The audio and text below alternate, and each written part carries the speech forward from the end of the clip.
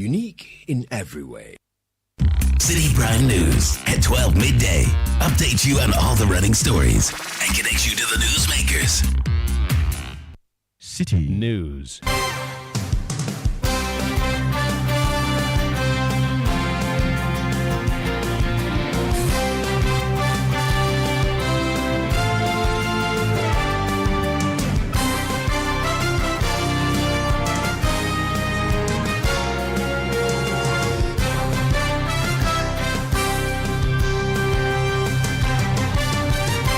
Hello, good afternoon and welcome to the Citi Prime News. We're coming to you live from our studios at number 11, Dr. Martin Noob in Adabraka, Accra.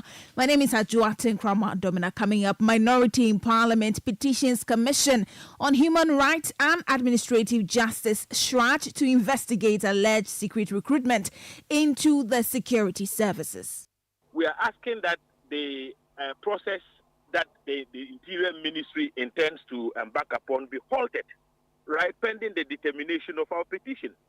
Also coming up, Ho High Court dismisses petition challenging the election of John Peter Amewu as Member of Parliament for Hohoi over lack of jurisdiction. And still in the bulletin, Ghana Revenue Authority expresses concern over 1 billion cedis taxes owed by 10 state institutions, including the Ghana Airports Company Limited and the Electricity Company of Ghana.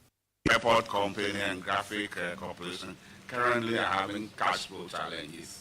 They've indicated to us that we need to give them a moratorium to be able to come back to us. And later in the bulletin, as the December election approaches, we hit the campaign trail as both the National Democratic Congress and the New Patriotic Party call for policing of ballot boxes by sympathizers. Whilst we welcome the policing of the ballot box, we require that the CI relative to elections, that is CI 127, should be the regulating factor when it comes to policing of the ballot. Stay with us for details of these and more stories coming your way in 30 minutes. Remember, this bulletin is live around the globe on Citi 97.3 FM, also on YouTube and on Facebook. You can still find us on Citi 97.3 FM. Across the country, we are live on a number of affiliates in the Western region. This is Beach 105.5 FM in Takra, the Bono region. This is Greener 95.9 FM in Sunyani. Ashanti region, you can find us on Focus 94.3 FM in Kumasi, Orange 107.9 FM in Kumasi. In the Volta region, we are on Revival 99.3 FM in Tajevu. In the Northern region, this is Radio Bimbila 91.9 FM. In the Upper East region, Tanga 93.7 FM in Boga. If you're in the Upper West region, this is Tunsong 97.3 FM in Wa and Jirapa 96.1 FM. Please stay for details. Citi Prime News at 12 midday. Updates you on all the running stories and connects you to the newsmakers.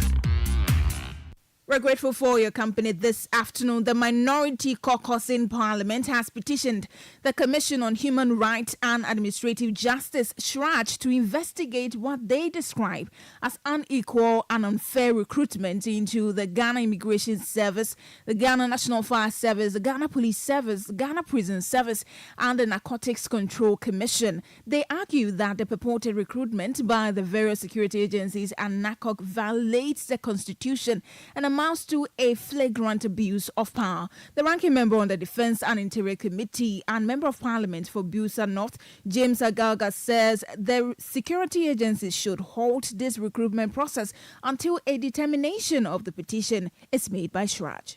We're asking that SHRAJ orders the security agencies, and you know them, those under the Ministry of the Interior, to ensure that, one, before they embark upon any recruitment exercise, there ought to be prior advertisement. So that is number one. Number two, we are asking that the process that the Interior Ministry intends to embark upon be halted, right, pending the determination of our petition. So the reliefs are, very clear. We are talking about human rights here. Human rights in the sense that the right to work is a human right, you know that. And where there is an equal access, then you are violating the rights of the youth of this country. So the action we have taken is not people would think that the minorities playing politics. No, we are actually speaking for the youth of this country, the overwhelming majority of whom are about to be shortchanged with the secret recruitment that the Interior Ministry. Can you imagine 11,000 people?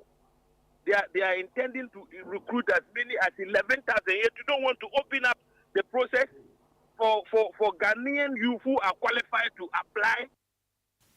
That's the ranking member on the Defense and Interior Committee of Parliament, also the Member of Parliament for Busa North, James Agauga.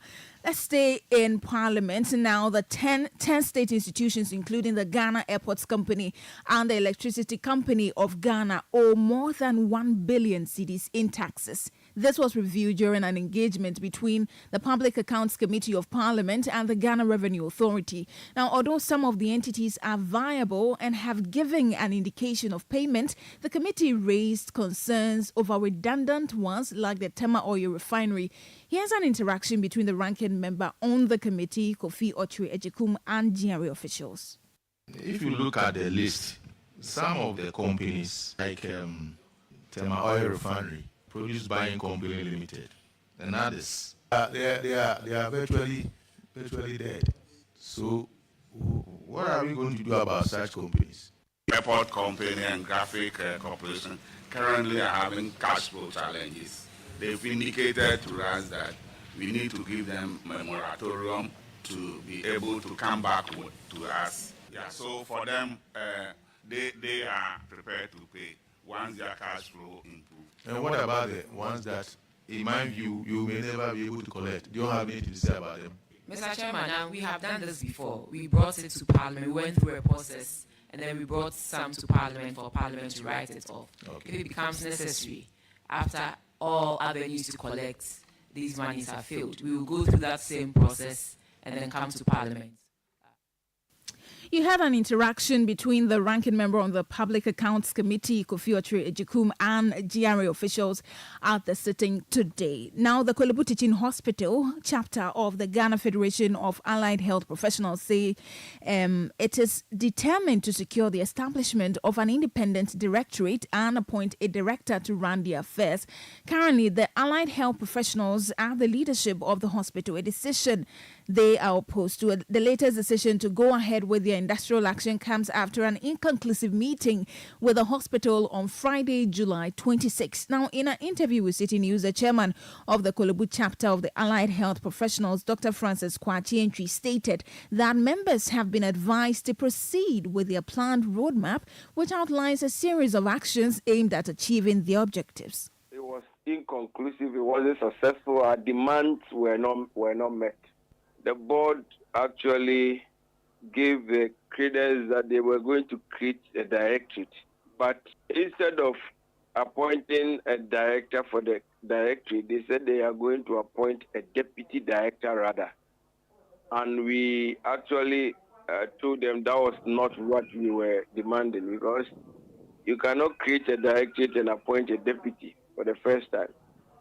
We have demanded for the appointment of a director. And so when we were leaving the meeting, we told them we disagree with them and we were going to take every appropriate steps to make sure that they appoint a director for us as allied health professionals.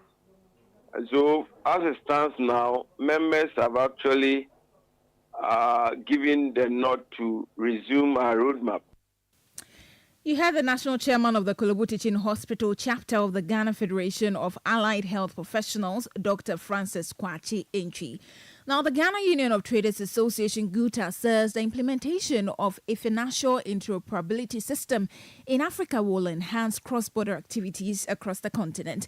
Now, the African Union has adopted a proposal by President Akufo-Addo on financial interoperability to promote intra-African trade and make mobile money transactions seamless for trading among African countries. Speaking to Citi News, President of GUTA, Dr. Joseph Obeng, applauded the initiative, indicating that it provides a safe and convenient means of doing business. This is very important, and it is a major hurdle that has been cleared by the African Continental Free Trade Area if they adopt this system. Already, they have brought in the PAP system, which is helping us a lot. Because to do cross-border trading activities, it's very important that we have a safe system of transfers of our monies, and which have the same time value and then also value for money. And I believe that this system that they are bringing to bear will solve this for us. It's going to save us the time, the cost, and the ease of doing business, and that need to be motivated. Transportation, that is a major problem that we are facing now. And then also we have to be bold about the tariff-free system that we wanted to bring to bear. Now it seems that we are shying away from the tariffs, and also the rules of origin is also impeding easy access, because most people do not know products that qualify under the rules of origin. Dr. Joseph Obeng is president of the Ghana Union of Traders Association, GUTA. Let's do some politics now. The governing New Patriotic Party, the NPP, has described as empty the campaign launch of the opposition National Democratic Congress, the NDC, over the weekend in Tamale. The NDC, during the campaign launch, criticized the NPP for mismanaging the economy, leading to the current economic crisis. Now, a Deputy General Secretary of the NPP, Haruna Mohammed, says the NDC at the launch failed to announce any alternative plans to take the country out of the current economic mess they continue to criticize. I see the NDC's campaign launch as being one of the normal activities that has been conducted by political parties in our history. But I saw the campaign launch as empty as it is, because the campaign launch in Tamale did not offer us any credible or daily that will take Ghana out of this global crisis that as the NPP has taken the foot, make sure that we stabilize the economy and be able to provide the basic amenities and also jobs for the youth of this country. I heard Mr. Mahama talk about corruption, and I laughed. I laughed because Mr. Mahama is one individual that when we talk about corruption, he was interviewed on BBC, and when he was asked about corruption, and he was asked personally, he was rather influencing it to either a human being, because he knows that his own self, his attitude and actions, his investigation by Sraj and the works on Amadaro and the other thinking contracts that he has done on take or pay and other corruption-related matters cannot leave Mr. Mahama. So when he talks about corruption, I laugh because he's somebody who eats, drink, and sleeps with corruption. Well, but there's something the two parties have been agreeing on, and that's the policing of ballot boxes or papers by their sympathizers during the December elections. Haruna Mohammed has welcomed the calls by the NDC flagbearer John Mahama on this particular subject.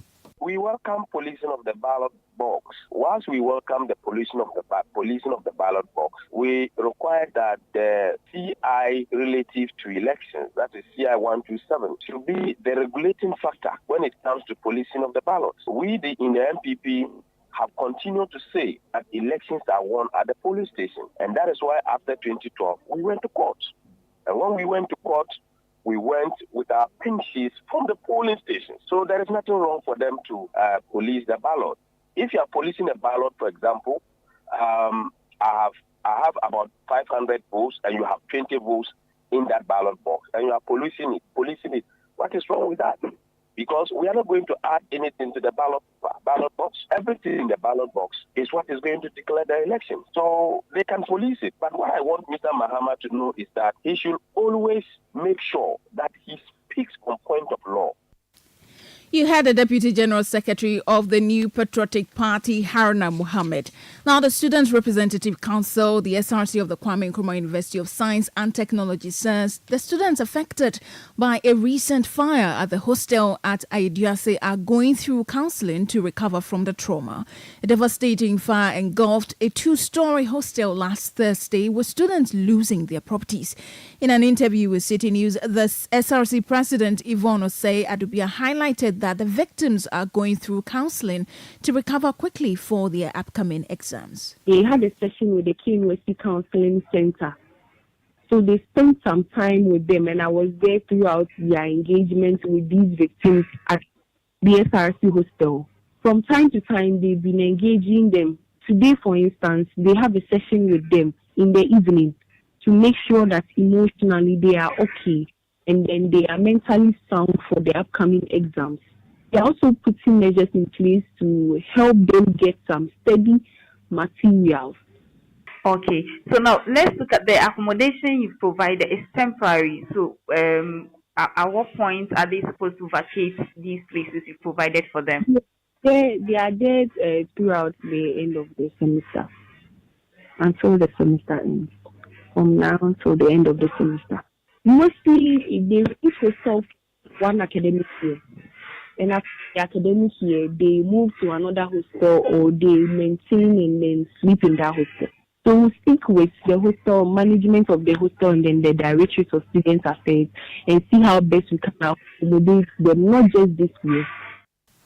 You heard Yvonne Osei-Adubia. She's SRC president at the Kwame Nkrumah University of Science and Technology. She was interacting with Doris Lonta, Ashanti regional correspondent. This is a Citi Prime News. Still ahead, Ho High Court dismisses petition challenging the election of John Peter Amewu as Member of Parliament for Hohoi over lack of jurisdiction. We'll bring you the details of this and other stories shortly. Please stay. Citi Prime News at 12 midday. Update you on all the running stories and connects you to the newsmakers. Channel 1 TV is live on DSTV, GoTV, and HD+. On DSTV, find us on Channel 363.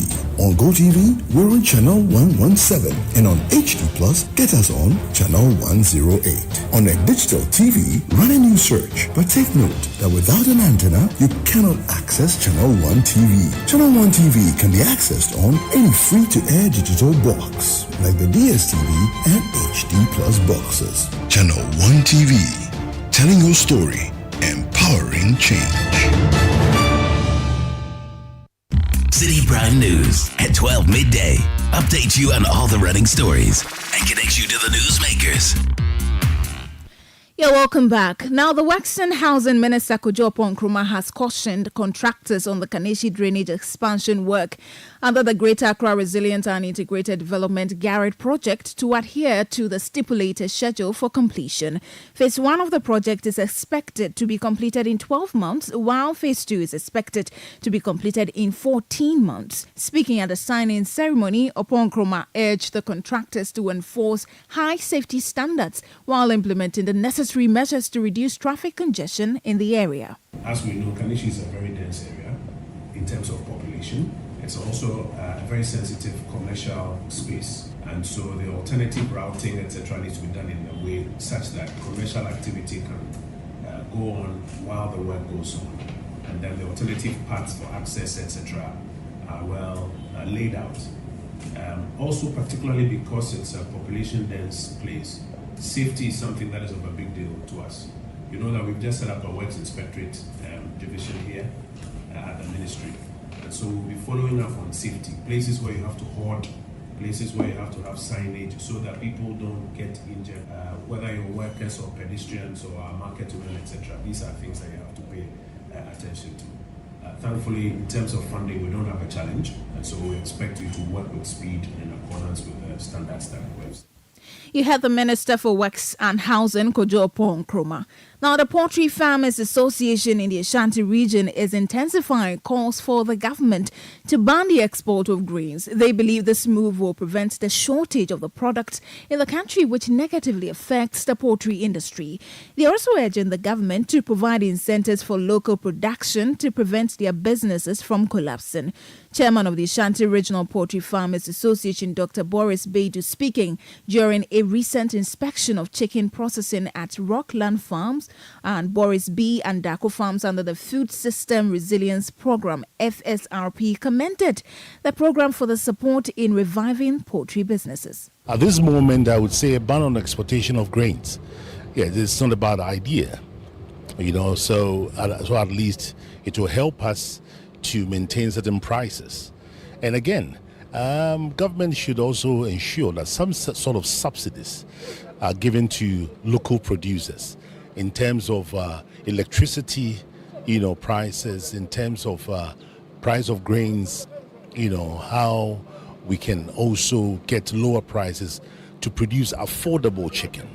I use affordable because, for the reason being that FSRP has been very instrumental in everything that we are doing.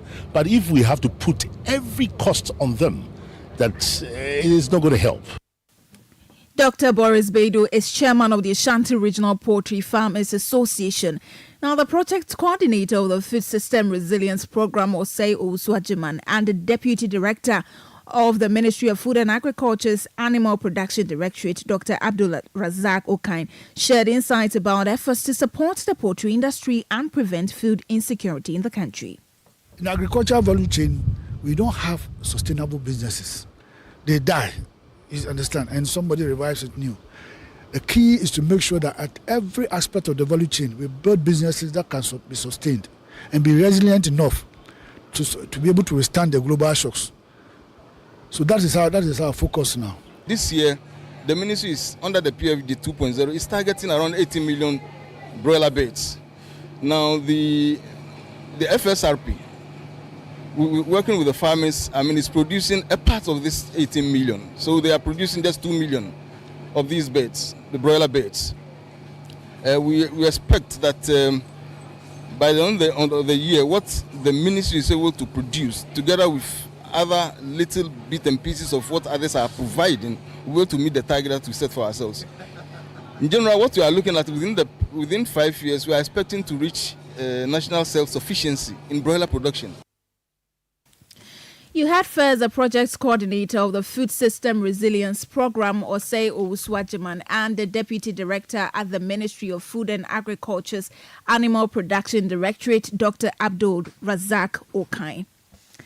And now the Ministry of Health has announced the commencement of recruitment of nurses and midwives from Monday, August 5, 2024, following financial clearance from the Ministry of Finance for the recruitment of 15,200 nurses and midwives across the country. This comes amid calls from trained nurses and midwives who remain unemployed despite completing their various trainings, increasing worries over the mass exodus of health practitioners who are unable to secure employment in the country. A statement signed by Chief Director at the Health Ministry, Alhaji Hafiz Adam, says the recruitment process will be transparent as they urge applicants not to make any payment for the recruitment process. And now the top 10 finalists of the 2024 edition of the Literacy Challenge will be announced on Wednesday, July 31. The 10 finalists will be selected from the 51 who sat for the aptitude test over the weekend at the Accra Digital Centre. Citi News' Charles Owusukumi covered the event and our reports. The Citi FM and Channel 1 TV Literacy Challenge offers a reward of 10,000 cedis and a trophy to the most outstanding student. On Saturday, contestants were put through an aptitude test to determine the top 10 students to advance to the next stage. 51 top junior high school students selected after an essay competition participated in the exam. Hello, what's your name? Yaira Hachu. How old are you? I'm 13. From which school? Faith Kids Academy. Okay, where is it based? It's at Taifa. Taifa. Okay, why did you enter the Literacy Challenge? Is this your first time? No. Oh, okay. You have a history. Tell me about it. I first came to the Literacy Challenge when I was in JHS1. And I made it to level 2, but I couldn't make it to the next level. So I've come again to try. And you believe that this time around you'll make it to the next level? Yes. Hello, what's your name? Lillian. Lillian. You know that you're one of the best 50 JHS students in the entire country? Yeah, shocking. It's shocking, yeah. How does that make you feel? Actually, I'm happy. You're happy? Yes. Proud of yourself? Yeah. Are you nervous? What are you reading? Social studies. Social studies. I'm sure a few of that will pop up in the exam. Yeah. You're hoping so, huh? Yes. Okay. Is this your first time? Yes. So the nervousness, everything, how have you guys dealt with it? Some people pray. What did you do? I just have to encourage her. That's all. And you feel encouraged enough to move to the next stage? Yes. All right, congratulations. What's your name? I'm Daniel Tichi Abano. You're from which school? We are International School at Akusi. How does it feel to have gone through the first phase? I feel so proud looking at the number of participants who partook in this challenge, and I feel so proud and excited. When you heard your name mentioned on radio, how was it? How was it? Tell me about it. It was surprising because I didn't expect it. Yeah, since it's my first time, I was so happy. Now you're going into the aptitude test. How have you prepared for it? Well, since it's on general knowledge, I'm prepared, just that I'm nervous. You're nervous, huh? Yes. I mean, nervousness is okay. I mean, we're all nervous when we're writing an exam, but I'm sure you'll be fine. Yeah, I hope so. The aptitude test was as simple as ABC, honestly. It wasn't difficult. When I was entering, I was feeling a bit nervous, but when I saw the questions, I was released, and then I was even laughing because the questions weren't difficult as I thought. For this year's literacy challenge, all the top 51 students received medals and certificates, with a special recognition for the top 3. Sarah and Korte of New Nation School was adjudged the contestant with the best essay. I did it on my own, but I did receive previous training from school, from reading a lot of books. Special thanks to my teacher, Sir Joshua, my parents, Ebenezer and Sarah Korte, and my sister, Rebecca Korte. At the end of the exam, General Manager of Citi FM and Channel 1 TV, Bernard Avle, shared some words with the students. Well done, well done, well done, well done, well done. This is the beginning of many, many more victories. Congrats to the parents, congrats to the students. We look forward to you guys winning Nobel Peace Prizes, Nobel Science, and all those wonderful things. So Ghana can be a great country. On Wednesday, July 31, the top 10 students will be announced. Here is the head of programs production at Citi FM, Apioko Seiramashon Abe, explaining the next steps of the competition. We'll do it both on the Citi Breakfast Show on 97.3 Citi FM and on Breakfast Daily on Channel 1 TV. Once we have our top 10, we will be moving around to their schools, presenting them with medals, celebrating them in the presence of their fellow students. So usually what happens is the schools will organize an assembly of sorts, and then we go and we celebrate the young people within their school premises. And then from there, we move on to the grand finale, which is on the 17th of August. You heard the report filed by City News' Charles Owusu-Kumi. Now, the whole High Court has dismissed a petition challenging the validity of the election of John Peter Amewu as Member of Parliament for Hohoe on grounds of lack of jurisdiction. Approximately 17,000 voters from the Santrofi, Apafo, Lipe and Lolobi, the Sao Enclave, comprising 13 communities, did not participate in the 2020 parliamentary elections and are without representation in the 8th Parliament due to the carving out of the Oti region from the Volta region. 5 residents from Sao petitioned the High Court in Ho to nullify the parliamentary election that resulted in John Peter Amewu becoming an MP. Well, John Peter Amewu at the last hearing introduced 3 new issues to the case, which the NDC in the region says was a ploy or were a ploy to delay the case. Now, lawyer for John Peter Amewu, Benedict Kofiche, told the media after the ruling that the judgment was apt. The verdict today actually hinges on the jurisdiction of the court. The crux of the petitioner's case mainly hinge on the unconstitutionality of enactments based upon which the SAL areas were excluded from the Hohoe constituency during the December 20th parliamentary elections. So clearly, as we stated earlier, per the dictates of Article 2, 1 and 2, and Article 130, 1 and 2, that is per the combined effect of that, vis-a-vis the facts before the court. The petitioners are seeking to tell the court that the enactment based upon which the SAL was excluded was unconstitutional, and when you go back to the combined effect of this Article 2, 1, 2 and 131 and 2. You had a lawyer for John Peter Amewu, Benedict Kofiche. Meanwhile, representatives for the petitioners, Dr. Joe Adai, said they are disappointed in the judgment and may consider an appeal. More of a disappointment than what do you call it? The justice being what do you call done. Because, you know, if you look at the whole issue, somewhere in 2021, precisely on the 6th of January 2021, the Attorney General took this very case from Ho here to the Supreme Court for interpretation. And it was there it became very clear that CI 128, which was supposed to have amended the 95, 95 is the CI which had SAL communities inclusive.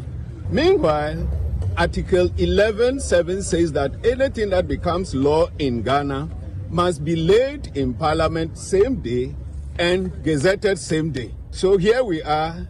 We have the CI 128 laid in Parliament somewhere in July, according to the evidence of the CI 128, and gazetted in gazetted in August, when Parliament had already risen. So this is a clear act of disregard to the rule of law. Dr. Joe Adai speaks for the 5 SAL residents who petitioned the High Court in Ho to nullify the election of John Peter Mewu as Member of Parliament for Hohoi. And that's it for today's edition of the Citi Prime News, which has been live from our studio in Adabraka, Accra. For more stories, please log on to citinewsroom.com. My name is Ajuatin Kramadumna. Thank you very much for listening. Good afternoon. Citi News. We speak first. Reach our hotline on 0302 224959 and get interactive on Facebook, Citi 97.3 FM, and on Twitter at Citi 973.